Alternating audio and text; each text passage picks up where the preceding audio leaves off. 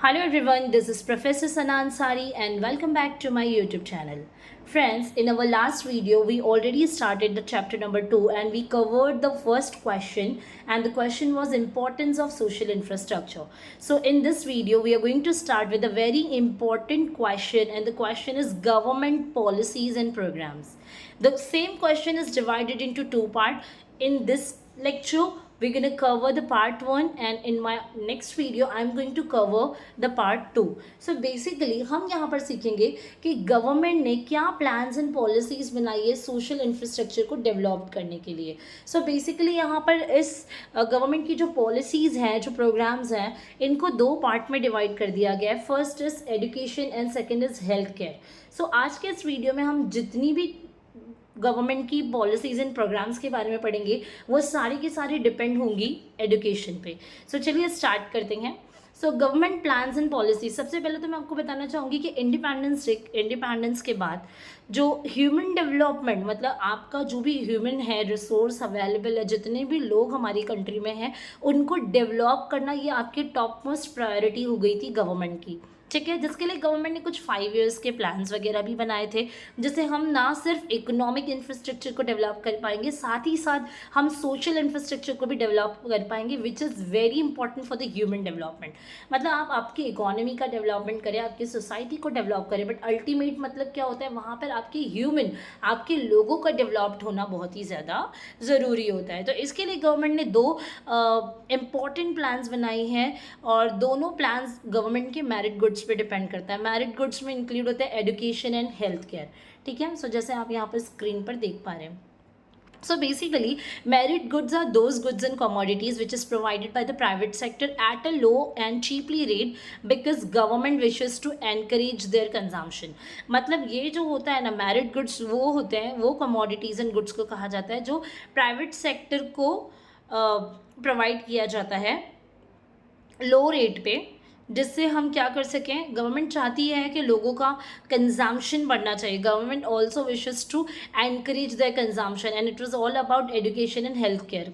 ठीक है, लोगों को हेल्थ केयर देना, एजुकेशन देना, प्राइवेट सेक्टर्स को ये सारी चीज़ें प्रोवाइड करना, क्योंकि पब्लिक सेक्टर तो गवर्नमेंट खुद है. सो गवर्नमेंट यहाँ पर ऐसी गुड्स एंड कमोडिटीज़ को प्रमोट करती है, लो रेट पे प्रमोट करती है, चीप रेट पे प्रमोट करती है, जिससे इनका कंजम्पशन बढ़े और लोगों का डेवलपमेंट हो. ठीक है, सो दो मेरिट गुड्स यहाँ पर देखना पड़ेगा, education and health care. Merit goods किसे कहते हैं फ्रेंड्स? सो जो गवर्नमेंट जो है नॉर्मल लोगों को, प्राइवेट सेक्टर्स को, अदर सेक्टर्स को प्रोवाइड करती है लो और चीप रेट पर, ताकि इनका कंजम्पशन बढ़े. किनका कंजम्पशन कर बढ़े? Education and health care. मतलब गवर्नमेंट का मोटिव इसके बिहाइंड ये है कि हर कोई एजुकेटेड होना चाहिए और हर किसी को एक प्रॉपर हेल्थ केयर फैसिलिटीज़ मिलना चाहिए. सो नाउ सबसे पहले हम स्टार्ट करने वाले हैं एजुकेशन के बारे में, जिसके लिए हमारी गवर्नमेंट ने अलग अलग जो है स्कीम्स यानी कि योजनाएं बना रखी हैं.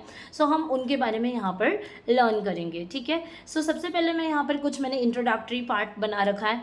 India is a nation of young people, है ना.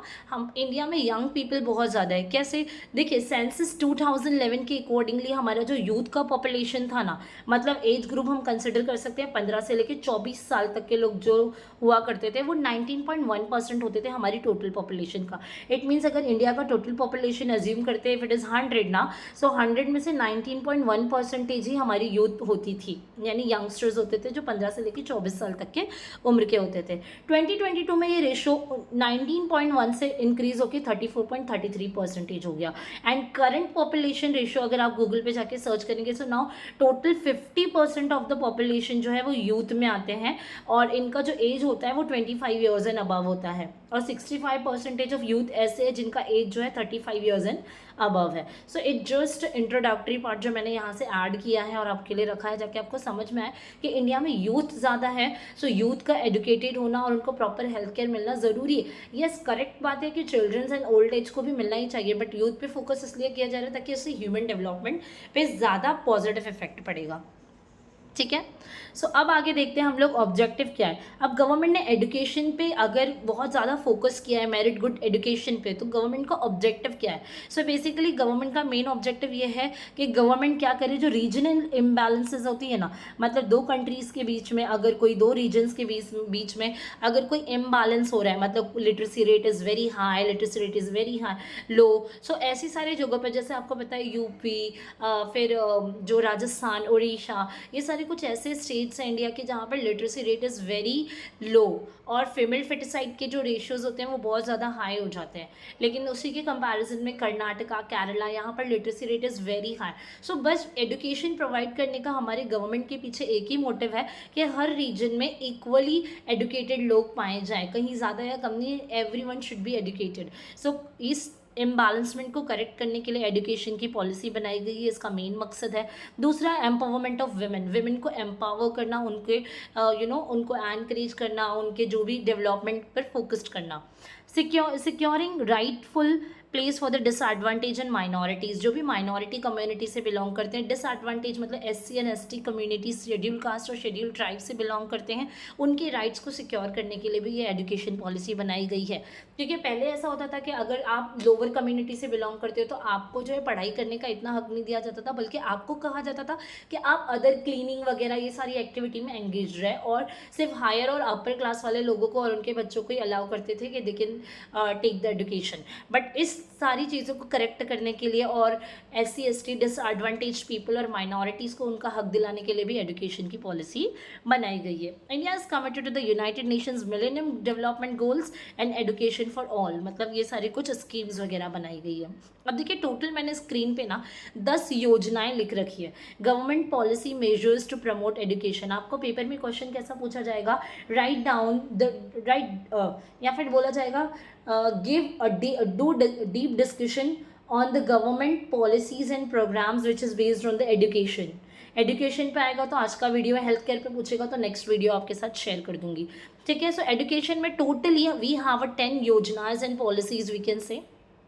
अच्छा, मैंने इनको ना ईयर वाइज अरेंज करके आपको दिया है ताकि आपको याद रहेगा कि 2003 में एक योजना है, 2004 में 2 योजनाएं हैं तो कौन सी है, 2008 में क्या है, 2009 में 4 है तो कौन कौन सी है। सो मैंने सीक्वेंस मेंटेन करके दिया है ताकि आपको याद करने में आसानी हो। साथ ही साथ मैंने जितना पॉसिबल हो आपको शॉर्ट कोड भी दे दिया है, मतलब जो शॉर्ट फॉर्म्स होते हैं वो भी दिया है, एंड इवन वो योजना कौन से ईयर में कौन से मंथ में बनाई गई ये शॉर्ट में दे दिया। मतलब एटलीस्ट अगर आप ये पेज का स्क्रीनशॉट भी रखते हो ना, so at the time of your examination, उससे डे बिफोर द एग्जामिनेशन आप रिविजन कर सकते हैं अगर पूरा स्टडी कर लेते हैं तो, ठीक है। सो चलिए स्टार्ट करते हैं। मैं यहाँ से ना पढ़ाते हुए डायरेक्टली मैं एक एक योजनाएं आपके साथ डील करूँगी, बट सारी योजनाएं यहाँ पर लिखी हुई है। सो चलिए स्टार्ट करते हैं पहली योजना। अब गवर्नमेंट ने एजुकेशन को बढ़ाने के लिए पहला पॉलिसी बनाया है जिसको हम लोग NP जेल करके याद करेंगे। क्या करके याद करेंगे फ्रेंड्स? NP जेल, जो जुलाई 2003 में बनाई गई है। सो NP जेल का फुल फॉर्म क्या है? National programme for education of girls in elementary level.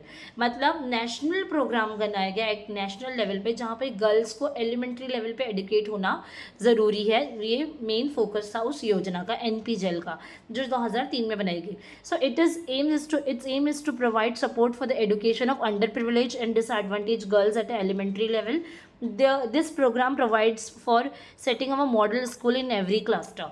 अब यहाँ पर जो है मेन फोकस NP जेल का मेन फोकस क्या था कि जितनी भी गर्ल्स हैं स्पेशली और जितने भी लोग हैं उन लोगों को अंडर प्रिविलेज्ड एंड डिसएडवांटेज, मतलब यहाँ पर SC ST या लोअर कम्युनिटी वालों की बात हो रही है कि उनकी जो भी गर्ल्स है दे शुड बी एजुकेटेड। उनके जितने भी चिल्ड्रंस हैं उन लोगों के लिए ये एलिमेंट्री लेवल पे योजना बनाई गई है कि हर किसी को एजुकेटेड होना ज़रूरी है। सो NP जेल की धारणा के द्वारा ये कहा जाता है कि हर किसी का पढ़ा लिखा होना ज़रूरी है।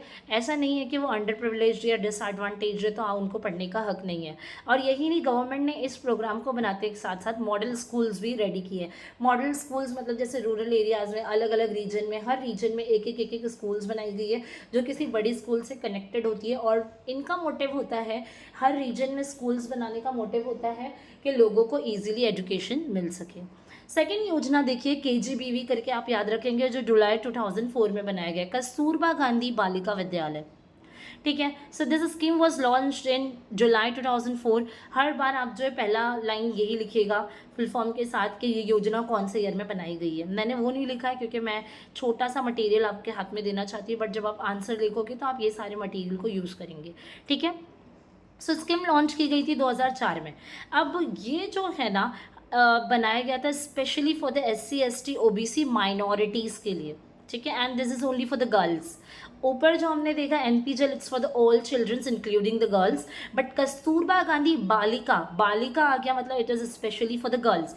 कौन सी girls? Those are belonging from the SC ST and OBC and the minorities. Okay, now it is implemented in educationally backward blocks. ठीक है, जो एजुकेशनली बैकवर्ड ब्लॉक्स ABBS कहते हैं हम लोग इसको, उनके लिए रूरल फीमेल्स की लिटरेसी रेशियो बढ़ाने के लिए कस्तूरबा गांधी बालिका विद्यालय बनाया गया था योजना. मतलब डिफरेंस क्या है? NP-JEL it's for the all childrens including the girls. KGBV it's only for the girls, those are belonging from the SC ST OBC and minorities communities. Okay, now the third is national programme for mid day meals in schools. अब ये जो scheme 2004 सितंबर में बनाई गई थी, इसका main मतलब ये था कि हम जो स्कूल्स में जो चिल्ड्रंस होते हैं उनको मिड डे मील प्रोवाइड करेंगे. मतलब जितने भी स्कूल्स हैं वहाँ पर एक healthy and nutritious items, food items provide करना, ये इस योजना का मकसद है. अभी भी आज आप देखते हैं म्यूनसिपलिटी स्कूल्स वगैरह होती हैं या फिर ऐसी बहुत सारी स्कूल्स है, सेमी एडेड जो स्कूल्स होती है, वहाँ पर लोग क्या करते हैं ना, लोगों को, स्टूडेंट्स को ब्रेकफास्ट या फिर लंच का सुविधा दिया जाता है, जिसमें इडली या फिर वटानों से बनी हुई चीज़ें या फिर न्यूट्रिशियस जैसे खिचड़ी वगैरह, ये सारी चीज़ें उनको दी जाती है, बिस्किट्स वगैरह या मिल्क के टेट्रा पैक्स, ये सारी चीज़ें, मतलब न्यूट्रिशियस आइटम्स प्रोवाइड किया जाता है इस योजना के द्वारा. आई होप आपको समझ में आ गया होगा. नेक्स्ट देखते हैं friends, and the next is your Kasturba Gandhi बालिका, हाँ, so here the next is model school schemes MSS, जो नवंबर 2008 में बनाया गया. सो मॉडल स्कूल स्कीम्स जो है बेसिकली हमारे 6000 रूरल एरियाज़ में जितनी भी ब्लॉक्स है, जैसे हमारे यहाँ पे अलग अलग एरिया होती है वैसे गांव में ब्लॉक्स वगैरह होते हैं, तो टोटल 6000 स्कूल, मतलब 6000 मॉडल स्कूल्स बनाई गई इन द रूरल एरियाज़. ठीक है, जिसका मेन मकसद होता है कि रूरल एरियाज़ के जो टैलेंटेड चिल्ड्रन होते हैं ना, उनको एडुकेट दे, गुड क्वालिटी, अच्छा क्वालिटी एजुकेशन प्रोवाइड करना. ठीक है, so model schools are nothing but जो बेसिकली रूरल एरियाज़ के ईच एंड एवरी ब्लॉक्स में बनाए जाते हैं, जहाँ पर बच्चे ईजिली आराम से जाके स्टडी कर सकते हैं, और रूरल एरियाज़ के टैलेंटेड चिल्ड्रंस के लिए मॉडल स्कूल्स स्पेशली बनाई गई हैं. ठीक है, चलिए आगे बढ़ते हैं. सर्व शिक्षा अभियान SSA, और जैसे हम लोग आज की लैंग्वेज में बोलते हैं right to education RT act 2009. अब ये एक्ट जो स्पेशली 6 साल से लेकर 14 साल की उम्र के बच्चों के लिए बनाया गया. आपने देखा होगा कि बहुत सारे स्कूल्स में जब स्कूल या कॉलेज चालू होती है स्कूल्स, तो हर कोई ना RTE का फॉर्म भरता है. RTE का फॉर्म भरने से क्या होता है ना, आपका बच्चा सीनियर और जूनियर का कंसेशन नहीं मिलता है. पहली से लेके फर्स्ट स्टैंडर्ड से लेके 9th स्टैंडर्ड, नहीं 8th standard, not 9th standard, only 8th standard, मतलब 8 साल तक का पढ़ाई का खर्चा जो है वो पेरेंट को नहीं पे करना पड़ता है. इस स्कीम के द्वारा फ्रीली एजुकेशन मिलता है आपके बच्चों को. ठीक है, सो ये जो है बड़ी से बड़ी कॉन्वेंट स्कूल हो या फिर प्राइवेट हो या म्यूनसिपलिटीज़ हो, हर जगह पे RT का फॉर्म आप फिल कर सकते हो. अपने बच्चों का नाम वहाँ पर, बच्चों को जहाँ पे भी एडमिशन कराना है उस पर्टिकुलर स्कूल का नाम आप मेंशन कर सकते हो RTE के फॉर्म पे, और फिर आपके बच्चों का नाम वहाँ पर आता है. सो जहाँ से 6 साल से 14 साल की उम्र तक, मतलब फर्स्ट स्टैंडर्ड से लेके 8th स्टैंडर्ड तक का फ्री एंड एलिमेंट्री एजुकेशन आपके चिल्ड्रंस को दिया जाता है, इररिस्पेक्टिव ऑफ द जेंडर, मतलब चाहे वो मेल हो या फीमेल चाइल्ड हो, बट दोनों को ये सुविधा मिलेगी. चलिए आगे देखते हैं. साक्षर भारत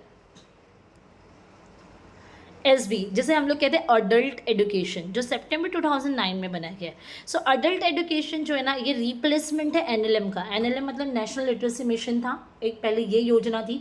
इस योजना को रिप्लेस करके कौन सी योजना में कन्वर्ट किया गया? SB, दैट इज साक्षर भारत. ठीक है, इसमें अलग अलग प्रोग्राम्स आते हैं अडल्ट के लिए, बच्चों के लिए, एडल्ट्स, चाइल्ड या स्टूडेंट्स के लिए, जैसे literacy campaign, post literacy campaigns होते हैं, लॉन्ग टर्म एजुकेशन, लिटरेसी के कैंपेन्स वगैरह बनाए जाते हैं, जिनसे इनका जो पर्सनालिटी डेवलप करने की कोशिश की जाती है. ठीक है, now the next is inclusive education for the disable at secondary stage, IEDSS. ये जो है स्पेशली डिसेबल चिल्ड्रंस के लिए बनाया जाता है, जो पर्सन विद डिसेबिलिटीज़ होता है उनको लिए, और 9th स्टैंडर्ड से लेके 12th स्टैंडर्ड तक के लिए योजना है. इसके द्वारा आपके बच्चों को फ्रीली एजुकेशन दिया जाता है at a secondary level. Secondary level की बात मतलब आ गई 9th स्टैंडर्ड के बाद से सेकेंडरी कन्वर्ट किया जाता है. जैसे मैंने बताया 1st to 8th तक के लिए we have a right to education, RTE act 2009 वाला फॉर्म भर के आप फ्री एजुकेशन दे सकते हैं अपने बच्चों को.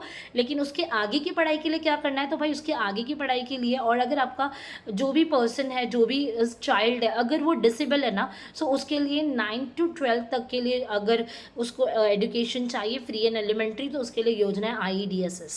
ठीक है, आगे देखते हैं. राष्ट्रीय माध्यमिक शिक्षा अभियान रमसा, जिसे हम लोग शॉर्ट फॉर्म में याद रखेंगे, RMSA is again establish on the year of 2009। ठीक है, सो ये स्कीम जो है हायर सेकेंडरी एजुकेशन, मतलब 9th 10th से लेके जो भी 9th के ऊपर का जितना भी एजुकेशन है ना, 9th और 10th, इसकी एजुकेशन की क्वालिटी को इम्प्रूव करने के लिए रमसा बनाया गया है, राष्ट्रीय माध्यमिक शिक्षा। ठीक है, पढ़ते हैं। The above scheme is made to improve the quality of the higher secondary education. The objective of the scheme are achieve enrolment ratio रेशियो ऑफ द 75% of the classes 9 to 10 within 5 years and to improve the quality of education. मतलब 9 to 10 तक के students, अब बहुत सारे लोग ऐसे करते थे कि RT का एक्ट अगर 8th स्टैंडर्ड तक मिलता है तो उसके बाद बच्चों को फिर पढ़ाई में से छुड़ा देते थे। सो इसके लिए रमसा एक्ट आया है, जिसमें हम लोग कोशिश करते हैं कि 75% तक का आपका पॉपुलेशन में से बच्चे 9th और 10th में भी एडमिशन लें। ठीक है, चलिए फिर आगे देखते हैं। राष्ट्रीय उच्च छात्र शिक्षा अभियान, रूसा कहते हैं हम लोग इसे। ठीक है, रूसा का मेन एम होता है कि जितने भी स्टेट्स हैं, जितने भी इंस्टीट्यूशंस हैं, हाँ, ये रूसा उनको फंड देती है। रूसा ये जो सुविधा बनाई गई है, जो पॉलिसी बनाई गई, इसके द्वारा गवर्नमेंट जितने भी एजुकेशन इंस्टीट्यूशंस होती है जो हायर स्टेट्स के होती है, ठीक है, उनको फंडिंग देती है। RUSA aims at providing funding to the eligible state higher education institution. RUSA would create new universities through the upgradation of the existing autonomous colleges in the cluster, created new model degree colleges, new professionals colleges, provide infrastructure support, universities and colleges improve good quality research output. मतलब रूसा का main मकसद ये है जो 2013 में बनाया गया, ये यूनिवर्सिटीज़ एंड कॉलेजेस को फंडिंग सपोर्ट करती है ताकि वो अच्छी तरीके से और अपने क्वालिटी को इम्प्रूव करें, इंफ्रास्ट्रक्चर को इम्प्रूव करें, नए प्रोफेशनल्स लाएं। ठीक है, जैसे quality of the education will improve. ठीक है, now the next is higher and technical education.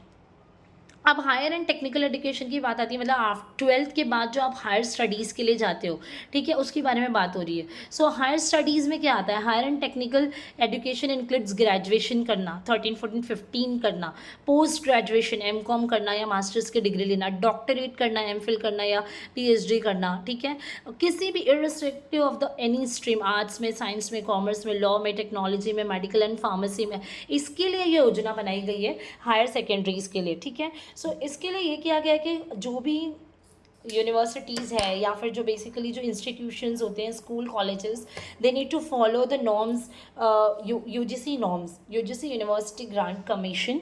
ठीक है, इसके नॉर्म्स फॉलो किए जाते हैं। और इसके अलावा NAC सबसे इंपॉर्टेंट रोल प्ले करता है, जहाँ पर आज हर कॉलेजेस को NAC के द्वारा ग्रेड्स दिए जाते हैं।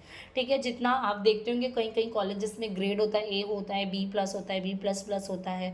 सो वो ग्रेड दिया जाता है। वो ग्रेड किस बेस पे दिया जाता है, तो इसके लिए एक पूरी कमेटी होती है जिसे हम लोग कहते हैं NAC committee. NAC is nothing but the national assessment and accreditation council. ठीक है, सो NAC क्या करता है, ये मेंटेन करता है quality of higher education.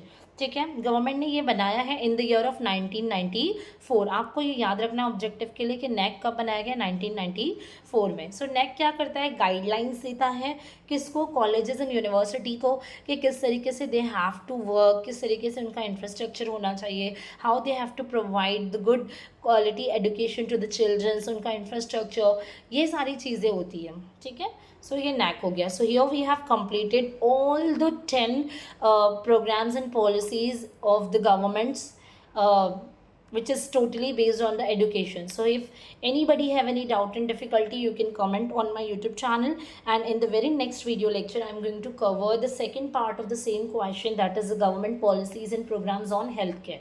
Okay, so that's all enough for today. Bye bye, have a nice day and take care everybody.